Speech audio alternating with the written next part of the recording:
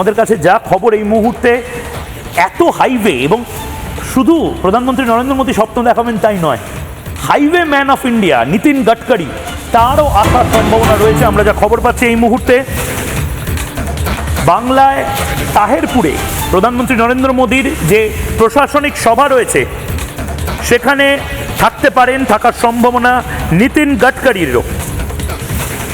কেন্দ্রীয় সড়ক পরিবহন মন্ত্রী নীতিন গডকরি গোটা ভারতকে চ্যালেঞ্জ নিয়েছিলেন সরকারে আসার পর, যে কোনো পশ্চিমী দেশের মতন ভারতের রাস্তা হবে, মাখনের মতন রাস্তা হবে, চিজের মতন রাস্তা হবে।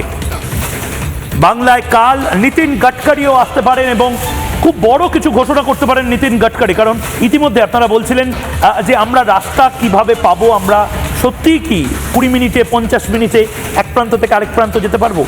বাকিরা যেতে পারে, কিন্তু আমরা এখনো, বিশ্বাস করুন, দমদম থেকে পেট্রাপোলে পৌঁছাতে আমাদের 4 ঘন্টা লাগে।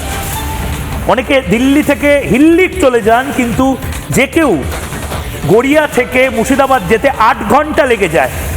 NH-34-এ জমি পাওয়া যাচ্ছে না। নীতিন গডকরি স্বপ্ন দেখাবেন।